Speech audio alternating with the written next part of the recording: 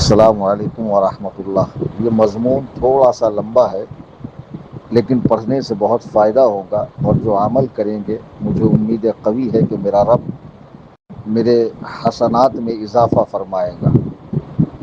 آج کل ہم ایک چلن دیکھ رہے ہیں، پہلے تو میں یہ عرض کروں کہ یہ مضمون علماء کے لیے، مدارس کے طلباء کے لیے، شعراء حضرات کے لیے، نقیب حضرات کے لیے، خطیب حضرات کے لیے، پیران کرام کے لیے، سجادگان کے لیے، مبلغین کے لیے، واعظین کے لیے، سبھوں کے لیے، اور عوام میں جو اردو پڑھنا جانتے ہیں وہ بھی اسے ضرور پڑھیں۔ جن کو اردو پڑھنی نہیں آتی ہے، اس کو کاپی کر کے آپ جو بھی ٹرانسلیشن کے ایپ ہوتے ہیں وہاں آپ اس کو ڈال کر رومن اردو کے اندر ٹرانسلیٹ کیجئے اور پڑھیے،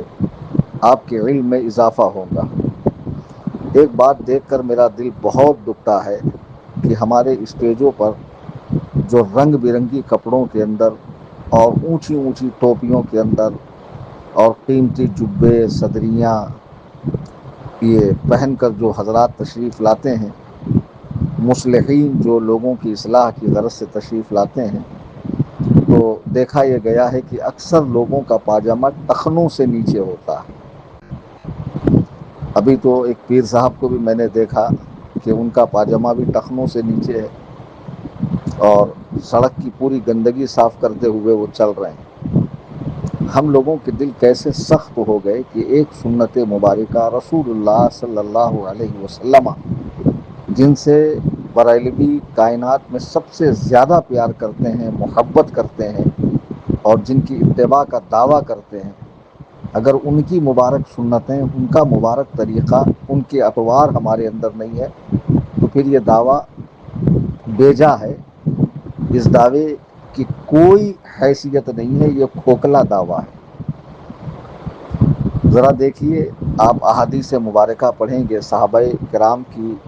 محنتوں پر قربان جائیے کہ کائنات میں کوئی بھی مذہب کا رہنما ایسا نہیں ہوا کہ جس کے روز و شب، رات و دن، ہر وقت و حالت کو لکھا گیا ہو، اسے ضبط تحریر میں لایا گیا ہو۔ صحابہ کرام کی محنت پر قربان جائیے کہ صحابہ نے رسول اللہ صلی اللہ علیہ وسلم کی ہر وقت و حالت کو لکھ دیا۔ کیوں لکھا؟ تاکہ ہم اسے پڑھیں اور اس کے مطابق زندگی گزاریں۔ جب آپ کتاب اللباس پڑھیں گے، حدیث میں رسول اللہ صلی اللہ علیہ وسلم کیسا لباس پہنتے تھے، لباس کی رنگت کیسی ہوتی تھی، کیفیت کیسی ہوتی تھی، عمامِ شریف اور ٹوپی وغیرہ صحابہ کرام کی کیسی ہوتی تھی، ہم پڑھیں گے تو ظاہر سی بات ہے کہ پڑھنے کے بعد ہمیں معلوم ہوگا اور ہم اس پر عمل کریں گے اور حضور کی سنت سے محبت کریں گے۔ تو حضور کی سنت سے محبت حضور سے محبت ہے، اور حضور سے محبت اللہ تعالیٰ سے محبت ہے، اور جو اللہ تعالیٰ سے محبت کرتا ہے یقیناً یقیناً اس کا ٹھکانہ جنت ہے۔ مجھے بہت افسوس ہوتا ہے کہ آج کل لوگ دھڑلے سے پاجامہ ٹخنوں سے نیچے پہنتے ہیں،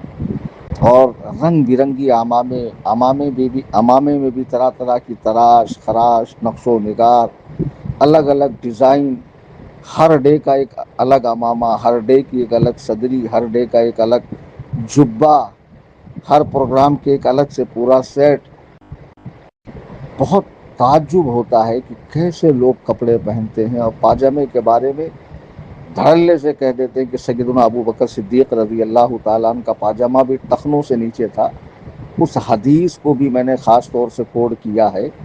کہ جب ایسا اتفاقاً ایک بار ہوا، نہ کہ یہ ان کا معمول تھا، نہ یہ سنت دائمہ ہے، اتفاقاً ایسا ہوا کہ یا رسول اللہ علیہ الصلاۃ والسلام، میری کوشش یہ ہوتی ہے کہ میں پاجامہ ٹخنوں سے اوپر پہنوں،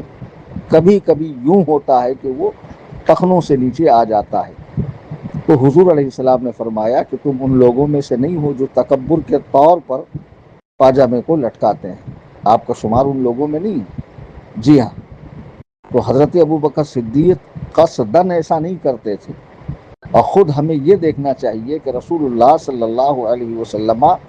کس طرح پاجامہ یا تہبند پہنتے تھے، تو یقیناً آپ کے ٹخنے ظاہر ہوتے تھے، دکھتے تھے۔ کتنے تعجب کی بات ہے کہ لوگ بڑی بڑی باتیں کرتے ہیں اور بڑے بڑے ادارے کے فارغین ہیں اور بڑے بڑے لائقے ان کے نام کے آگے لگے ہوئے ہیں،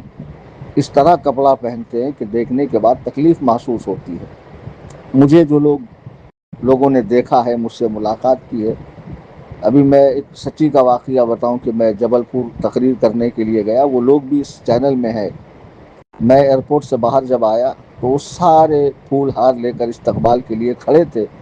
میں باہر پہنچ گیا اور میں ان کو دیکھ رہا ہوں، وہ لوگوں کی نگاہیں ایئرپورٹ کے اندر ہے کہ ابھی شاید حضرت باہر آئیں گے۔ تو میں نے کہا بھیا کس کے لیے آئے ہو؟ بولے بمبئی سے ہمارے مفتی صاحب آ رہے ہیں۔ میں نے کہا میں وہی ہوں۔ تو مجھے دیکھ کر کچھ عجیب سا انہوں نے منہ بنایا، گویا میں کوئی الگ جہان کی مخلوق ہوں، کیونکہ میرا ایک معمول ہے، میں کسی پہ ٹون نہیں کر رہا ہوں۔ میں ٹوپی ہمیشہ سر سے چپکی ہوئی پہنتا ہوں، مونچھیں ہمیشہ پست رکھتا ہوں، لباس سفید پہنتا ہوں، پاجامے ہمیشہ ٹخنے سے اوپر ہوتے ہیں میرے۔ اب تو میں نے تقریریں چھوڑ دی، لیکن جہاں کہیں مجھے اتفاق ہوتا ہے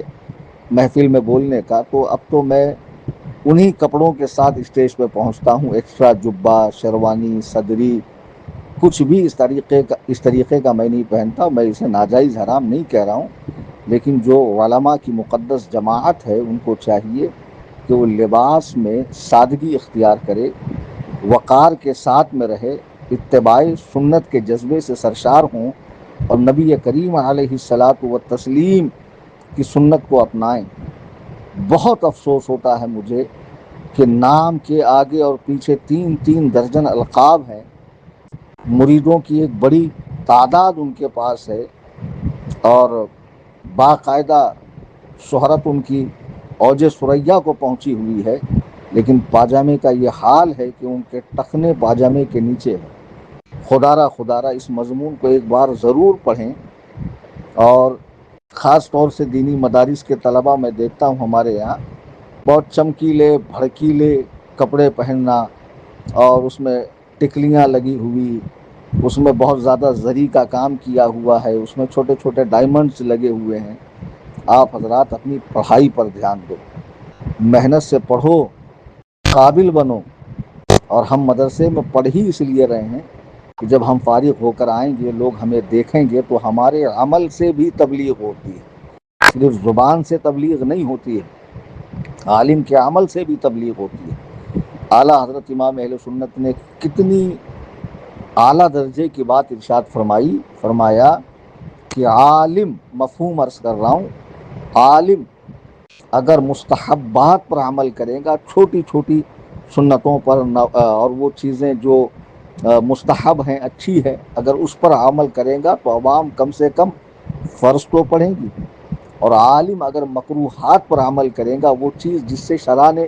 بچنے کا حکم دیا، ناجائز و حرام نہیں ہے، صرف بچنا، تو فرمایا عوام کم سے کم فرائض تو ادا کریں گی۔ یعنی عالم و علماء کی جماعت عوام کے لیے آئیڈیل ہے۔ تو خدا را اپنے لباس پر دھیان دیجیے۔ مجھے نہیں معلوم اس کے بعد لوگوں کے کیا تبصرے آئیں گے جب یہ مضمون گھومے گا فیس بک پر اور کہاں کہاں، اور لوگ کیا کیا کمنٹ کریں گے اور کیا کیا تبصرے کریں گے۔ میں نے اس میں کسی کو ٹون نہیں کیا ہے، کسی کو ٹارگٹ نہیں کیا ہے، بس ایک گزارش کی ہے علماء کی جماعت سے،